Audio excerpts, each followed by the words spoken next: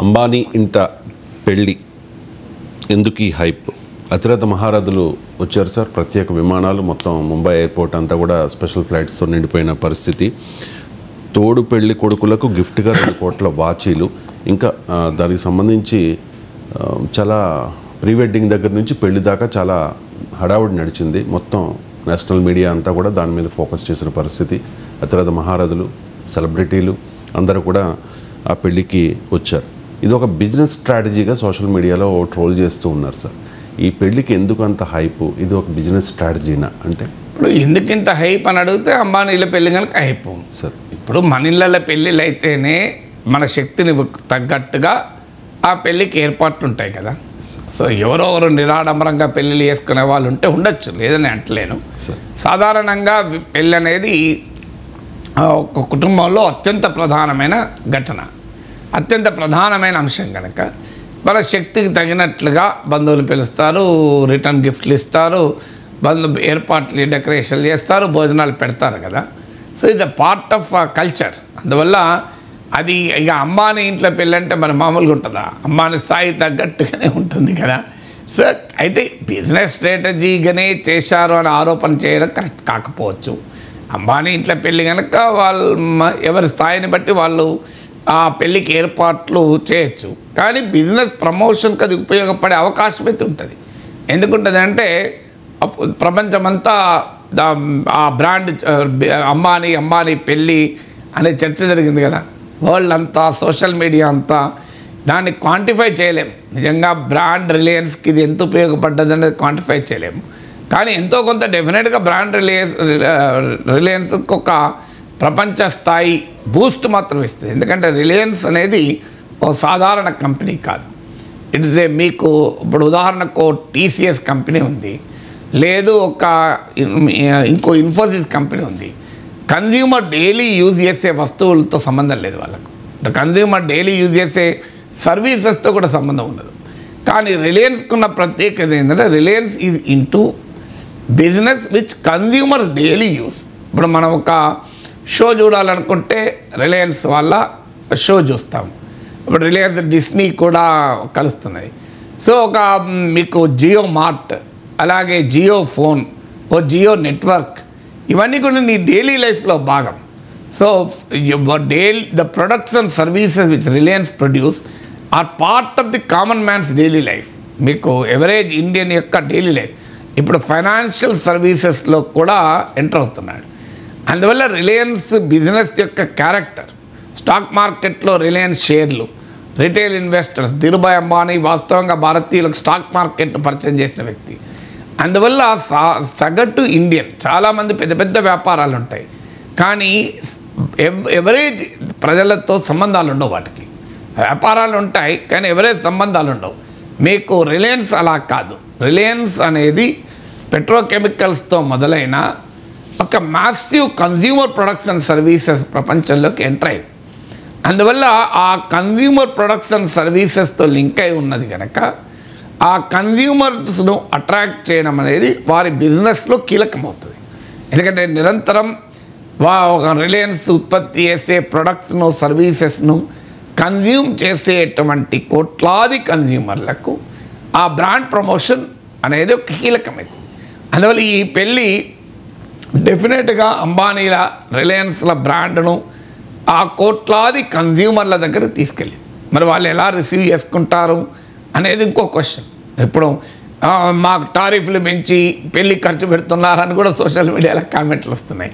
అంటే పెళ్ళి ఈ స్థాయిలో జరపకపోతే టారిఫ్లు పెంచకపోయేవాడు అంబానీ. సో పెళ్ళి ఈ స్థాయి 5,000 కోట్లు ఖర్చు పెట్టి జరిపాడు కనుకనే టారిఫ్లు పెంచలేదు. ఆ పెళ్లి ఖర్చుల కొరకు టారిఫ్ పెంచలే కదా. 5,000 కోట్లు ఖర్చు పెట్టకపోయినా టారిఫ్లు పెంచేవాడే. 5 రూపాయలతో పెళ్లి చేసినా టారిఫ్లు అయితే పెంచేవాడే. టారిఫ్లు పెంచడం అనేది బిజినెస్లో భాగం. ఖర్చు పెట్టడం అనేది సంపద ఉన్నది కనుక ఖర్చు పెడుతున్నారు. సో అందువల్ల ఆ కన్జ్యూమర్స్ ఎలా రిసీవ్ చేసుకుంటారు? ఎందుకంటే ఇంత అసమానతనున్న దేశంలో, ఇంత డిప్రవేషన్ ఉన్న దేశంలో ఇది ఏ రకమైన ఇమేజెస్ క్రియేట్ అవుతాయి? డేనియల్ లెర్నర్ అనే ఒక సామాజిక శాస్త్రవేత్త the passing of traditional society అనే పుస్తకంలో అంటాడు, ఈ మీడియాలో ఈ అందమైన ఆకర్షణీయమైన ప్రపంచం creates a revolution of rising frustrations అంటాడు. అంటే నిరాశల విప్లవాలకు దారితీస్తుంది అంటాడు. సో అందువల్ల ఈ బ్రాండ్ రిలయన్స్ ఉన్న హంగామా, బ్రాండ్ రిలయన్స్ను కోట్లాది మంది కన్జ్యూమర్ల మనసుల్లోకి మరింత బలంగా తీసుకెళ్తుందా, లేదా కోట్లాది మంది కన్జ్యూమర్లు ఈ డిస్ప్లే ఆఫ్ వెల్త్ను ఇది స్పెక్టాక్యులర్ డిస్ప్లే ఆఫ్ వెల్త్గా ఫీల్ అవుతారా, లేదా ఇది ఒక రకంగా నిన్న బిజినెస్ టుడే అనే పత్రిక హెడ్లైన్ పెట్టింది, ఇది స్పెక్టాక్యులర్ వల్గర్ డిస్ప్లే ఆఫ్ వెల్త్గా, అంటే ఒక సంపద విశృంఖల ప్రదర్శనగా ప్రజలు చూస్తారా, లేదు ఒక అద్భుతమైన ఆకర్షణీయమైన ఈవెంట్గా చూస్తారా? అది ప్రజలు ఎలా రిసీవ్ చేసుకుంటారో మనం ఇప్పుడే చెప్పలేము.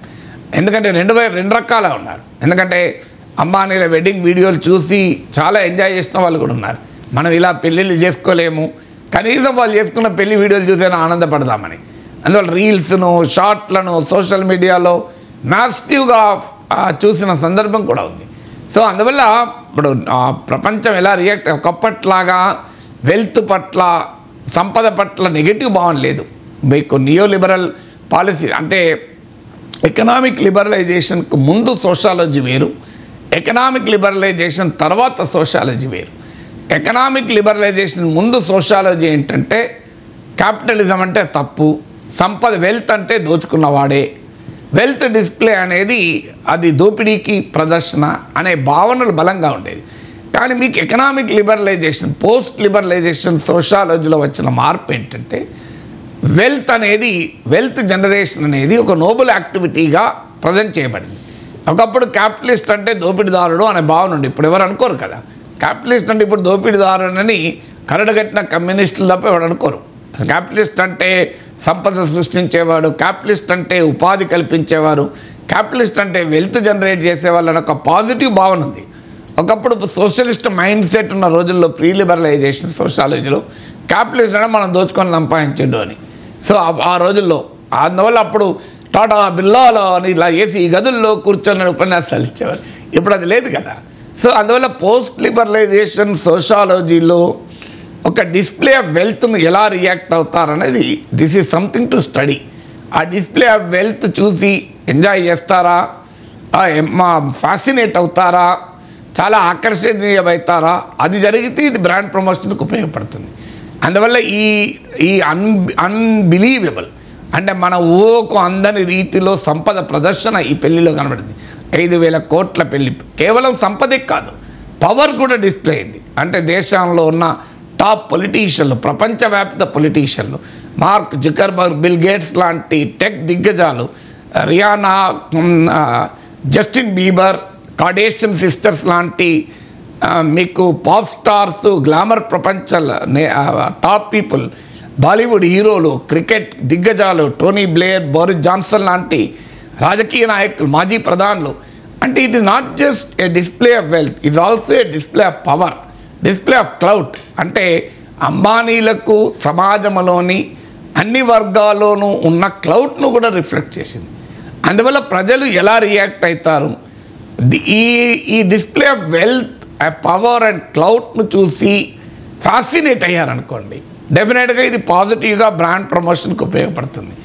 లేదు నెగిటివ్గా రియాక్ట్ అయ్యారనుకోండి, ఇది మా అసమానతల్ని వెక్కిరించడం కాదా, మా పేదరికాన్ని అవమానించడం కాదా, మా డిప్రవేషన్ను ఎత్తి చూపడం కాదా, డబ్బులు ఉన్నాయని చెప్పి ఇంత భయంకరంగా డిస్ప్లే చేయడం ఏంది, ఇది మా దగ్గర మాలాంటి కన్జ్యూమర్ల దగ్గర దోచుకున్నదే కాదని ఇంతకుముందు చెప్పిండ్రు, టారిఫ్లు పెంచడం ఏంది అని కనుక నెగిటివ్ పర్సెప్షన్ బిల్డ్ అయిందనుకోండి, అది బ్రాండ్ ప్రమోషన్కి ఉపయోగపడదు, నష్టం జరుగుతుంది. అందువల్ల ఇది కేవలం ఇండియాకే కాదు, ఇది గ్లోబల్ బ్రాండ్గా ఎమర్జ్ అవుతుంది రిలయన్స్. అందువల్ల ఇది ప్రపంచవ్యాప్త నేను వరల్డ్ మీడియా చూశాను, ప్రపంచంలో ఉన్న top media, Washington post, wall street journal, Guardian, the independent, time magazine, ఇలా ప్రతి పత్రికలో కూడా ఫైనాన్షియల్ టైమ్స్, బీబీసీ, మీకు ఫాక్స్ న్యూస్, ఏబీసీ అన్నిట్లో కూడా అంబానీ వెడ్డింగ్గా ఉంది. అంటే ఇంటర్నేషనల్ మీడియా బహుశా ఒక మ్యారేజ్ ఈవెంట్ కాదు, ఏ ఈవెంట్ G20ని కూడా ఇంత కవర్ చేసి ఉండదు, అంత కవర్ చేస్తుంది. అది కూడా 6 నెలలుగా కవర్ చేస్తుంది, ఒక్కరోజు కాదు. ప్రీ వెడ్డింగ్ జరిగింది మార్చిలో. ఇంత మ్యాసివ్ కవరేజ్ నీకు ఎన్ని వేల కోట్ల అడ్వర్టైజింగ్ పైన ఖర్చు పెడితే ఎన్ని వేల కోట్లు ప్రమోషన్ పైన ఖర్చు పెడితే వస్తుంది.